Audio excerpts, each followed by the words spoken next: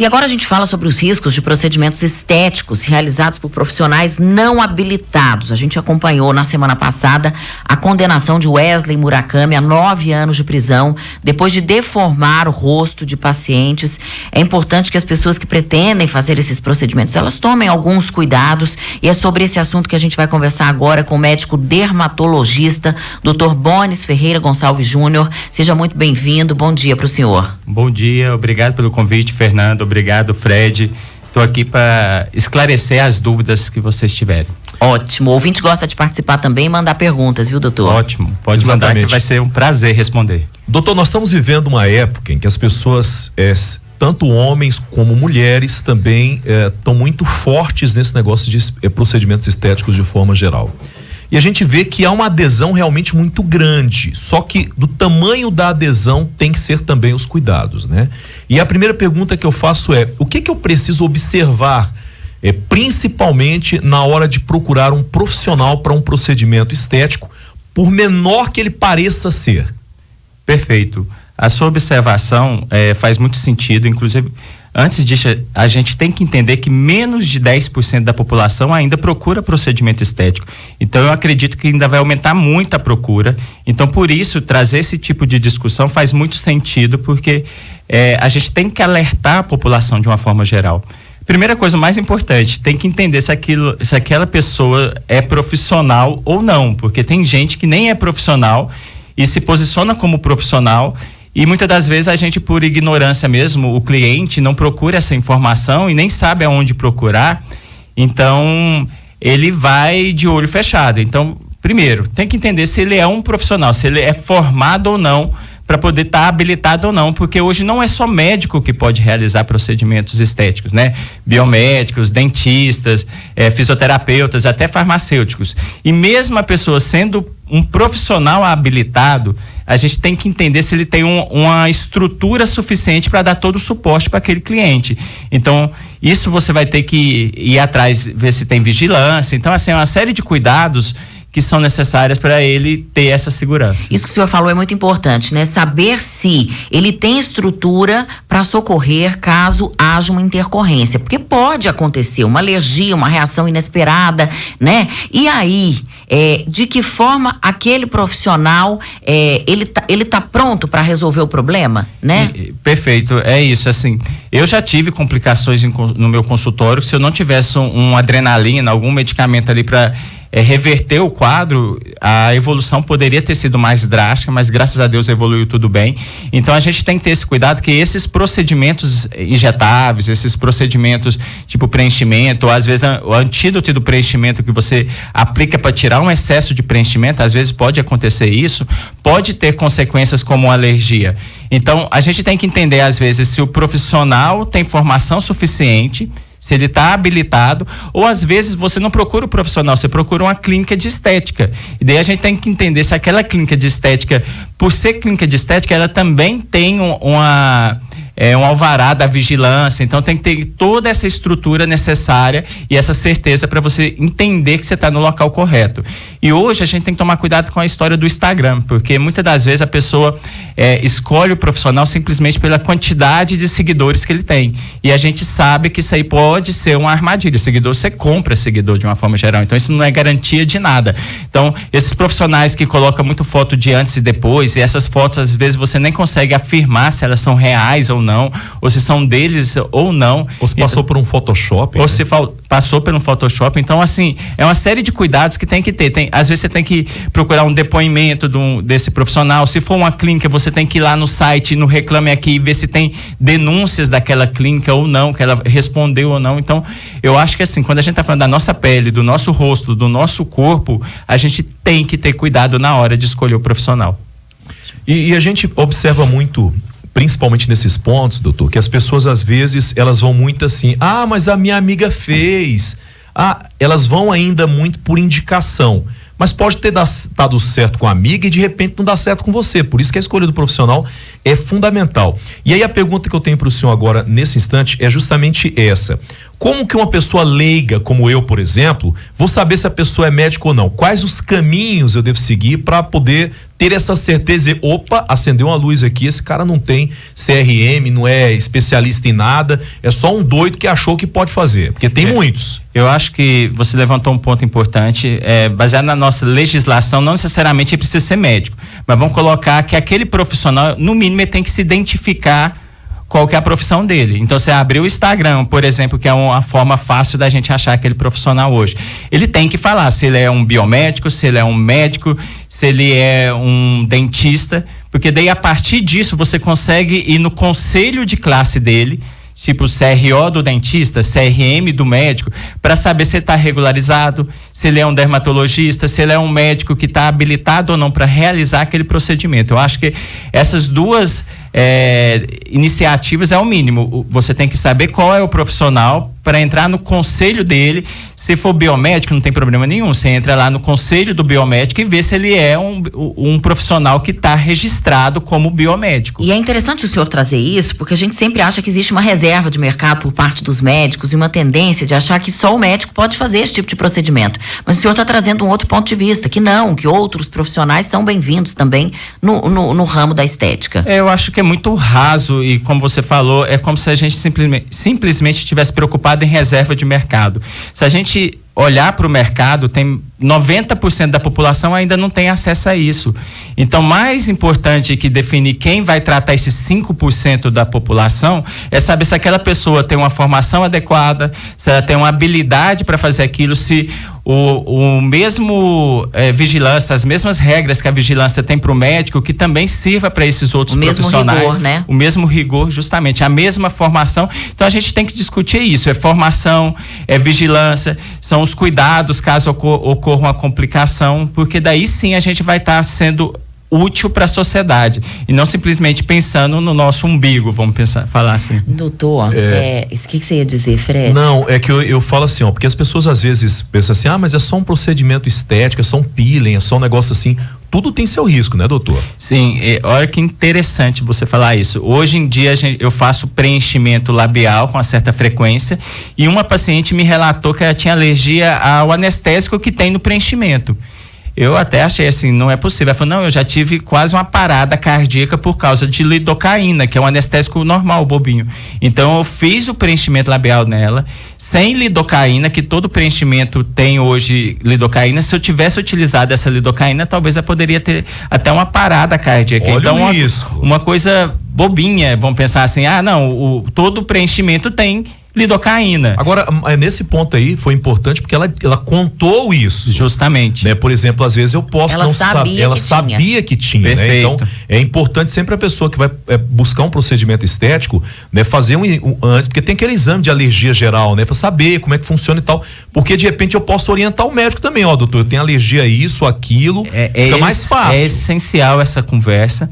E mais do que isso, talvez eu descobriria que ela tem essa alergia, mas eu teria que ter uma estrutura mínima caso ela tivesse essa alergia, por reverter essa alergia. Como já aconteceu, entendeu? De aplicar uma adrenalina na pessoa, porque ela teve alergia de um procedimento que eu fiz nela. E aí, se você tá num consultório, entre aspas, lá no quintal da casa da Dona Maria, e aí, como é que ela vai reverter um negócio Justamente, nesse caso nem tem como, mas mesmo um profissional não médico, a gente tem que entender que tem risco daquele procedimento, se você for realizar com esse profissional, de ter algum nível de alergia. E qual que vai ser a procedência caso isso aconteça? Doutor, seu cartão de visita está muito bom, que sua pele está excelente, viu? Obrigado. A Fernanda observando. Eu sou dessas, eu sou. Falo que para 43 anos eu tenho cara de 43 anos. Não, tá ótimo. Tá bem. Agora o que eu ia perguntar era sobre bom senso, sobre o quanto estamos exagerando também nesses procedimentos, sabe? E as aberrações que a gente tem visto por aí, né? Que padrão é esse que inventaram, hein, doutor?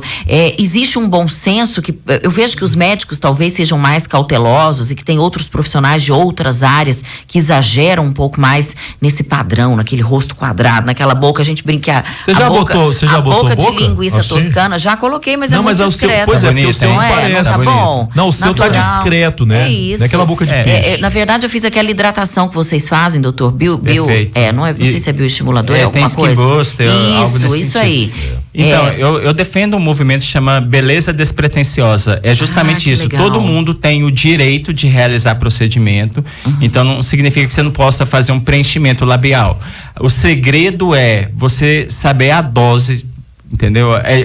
A diferença, às vezes, entre a elegância e o exagero é muito tênue. E faz mais de 10 anos que eu trabalho esse posicionamento meu. E hoje está muito fácil falar contra os exageros, porque há 6, 7 anos atrás, quando eu falava isso, eu era uma pessoa fora da caixinha, porque todo mundo estava falando da harmonização, que era interessante a harmonização, 10, 15, 20 seringas. Sinceramente, eu acho que a gente, às vezes, cria padrões para justificar a venda. Isso é ótimo. Parece assim meio delicado falar sobre isso, mas eu penso nisso sinceramente.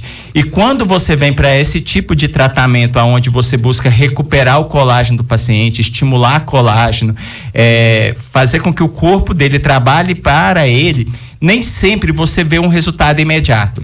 Então daí isso você tem que trabalhar a cabeça do paciente. Eu acho que o mercado cada vez mais vai voltar para isso, porque nós estamos no Quiet Luxury, beleza despretensiosa, Quiet Beauty, que significa assim, você faz o procedimento, mas as pessoas não têm que apontar o dedo para você. Silencioso, ninguém vai perceber. Justamente, trabalhar mais na elegância, e isso eu confesso que nem sempre significa que todos os médicos ou mesmo os outros profissionais trabalham com isso.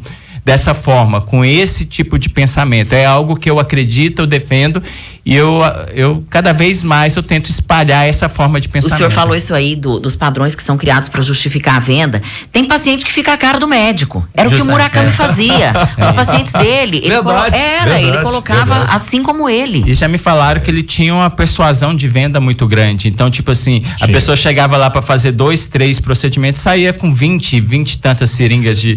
Mas então, eu posso te falar um negócio? Ele cometia erros muito grandes, porque eu estive no consultório do Murakami, eu saí de lá com depressão. É mesmo? Não, mas ele botou tanto defeito em mim, justificando a venda.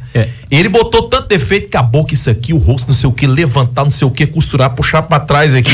Eu saí de lá, velho, na boa. Eu saí de lá preocupado. Falei, cara, eu sou o cara mais feio do mundo. Porque... Mas a gente tem que tomar muito cuidado mesmo. Uma paciente minha me relatou isso, que ela foi num outro dermatologista e ele, de uma certa forma, ela foi lá para melhorar a autoestima dela e, na verdade, ela saiu mais abalada ainda com a autoestima. Saiu arrasada. Eu, como saí do Murakami. O profissional tem que ter uma certa sensibilidade para entender o que aquele paciente está procurando e como você vai colocar para ele a melhor forma de realizar aquele tratamento, porque senão realmente ele não faz o tratamento e ele sai de lá mais depressivo do que chegou. Fernanda, é o médico sincerão, você já viu? Chega a falar, pá, mas tá ruim mesmo, hein? Olha, rapaz, que cara feio que você tá, eu hein? Nem sei se ele é sincero, ele tá querendo vender.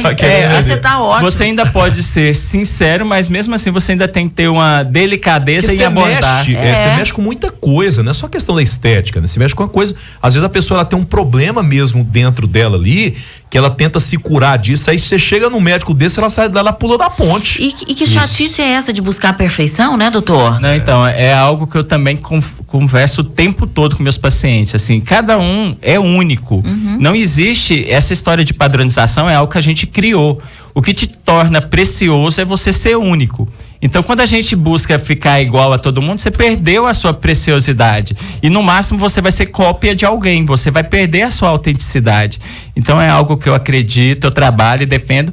E continuamente no meu consultório eu falo isso para meus pacientes. E realmente, eu não sei se eu trabalho com um nicho, mas pelo menos as pessoas que me seguem, me acompanham, elas acreditam e conseguem propagar esse tipo de pensamento. E deixa eu contar para vocês, gente, que o Fred estava consultando aqui no intervalo. Ao vivo. E aí, doutor, eu quero te perguntar, os homens estão mais vaidosos, né? Já tem um tempo, já é um movimento de um tempo para cá, né? Não é recente. Graças a Deus. Eu não preciso só das mulheres para manter meu consultório. Mas é um movimento bacana, assim. Eu acho que quanto mais segurança a gente tem e a gente entende a importância de estar bem, lógico que eu brinco muito e falo assim, você não tem que fazer um procedimento estético para melhorar a sua autoestima, você tem que estar com a autoestima boa para fazer um procedimento estético. Até porque quando sua autoestima está boa, e isso é um processo que você tem que trabalhar continuamente, você consegue reconhecer um procedimento bom. Quando tiver ruim, independente que for o procedimento realizar, você vai querer mais, fica uma coisa inalcançável, entendeu? Porque o seu problema é totalmente outro. Mas os homens, de uma forma geral, entendendo a importância de estar jovem, de estar produtivo, talvez pelo mercado em si que exige isso hoje, né? Da gente ser jovem e produtivo, eles estão buscando realizar mais procedimentos. Eu acho que o homem é mais chato ainda, porque o homem quer fazer e não quer que ninguém veja, né? Aí tem que ser mais sutil. É engraçado isso que você fala. É isso, mas ao mesmo tempo tem outra questão. Quando você faz um procedimento muito sutil, que ele não vê nenhum resultado, ele também reclama. Então você fica ali, peraí, calma, você vai ver resultado, me dá um tempo que a gente não vai fazer nenhuma transformação do seu rosto desde a da segurança, mas deixa o seu colágeno trabalhar, deixa produzir, que daí ele dá uma respirada, você faz um botox, que daí já vê o resultado com uma semana e daí já dá uma relaxada, né? Porque daí os outros tratamentos para estímulo de colágeno demora mais tempo, 30, 60 dias. Agora tratar a bolsa dele ali tá fácil, isso aí já vai resolver. Caros ouvintes, eu estava aqui consultando durante o intervalo, aproveitando a presença do doutor, porque eu tenho esse problema das bolsas aqui, ó, essas bolsas minhas aqui, as duas, eu tenho vontade de tirar elas aqui. Gente, se o Fred aparecer bonitão, aí sem bolsa nos próximos dias, vocês já sabem. Todo dia, já. Deixa. Apareço todo dia. Viu? É um paciente bom, um paciente com boa autoestima, é fácil, qualquer coisa que eu realizar ali, ele vai estar feliz da vida. Então, eu falo com toda sinceridade, cara, eu me amo de verdade, assim, claro que todo mundo tem problemas, todo mundo tem defeitos, mas eu sou um cara que eu sou apaixonado em mim, do jeito que eu sou, do jeito que Deus me fez, eu tenho um buchinho que é maravilhoso, e eu acho que isso é que é importante, você tá bem, até porque eu acho que essa falta de autoestima, essa baixa estima, na verdade, ela adoece a pessoa, porque a pessoa não se aceita e tal. Eu acho que é importante, eu também defendo aqui que as pessoas precisam fazer desde que não exagerem, né? E sempre procurem um profissional de qualidade de verdade. Rapaz, o papo foi tão bom, né? Infelizmente aí o tempo acabou, Fernanda, mas eu queria conversar mais, eu queria consultar mais. Não é? Foi ótimo, o Dr. Bones é fera, eu acompanho o seu trabalho pelas redes sociais. Qual também. Que é o Instagram, doutor? E é bem nessa linha aí que o senhor disse mesmo, da sutileza, né? Isso. Eu acho que o segredo é esse, e eu quero realmente disseminar esse tipo de conhecimento.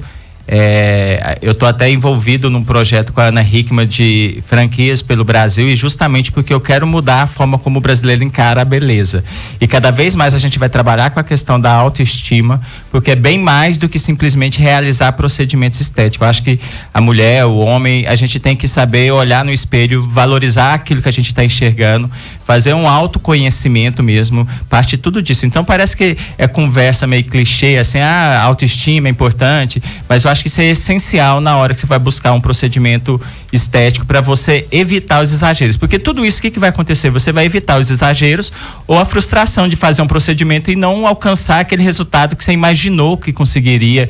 E hoje daria pra gente discutir sobre os filtros, né? A pessoa chega às vezes com filtro da melhor versão dela que não existe e fala, doutor, eu quero isso. E é impossível, tem até uma síndrome, chama síndrome do Snapchat, porque é justamente isso.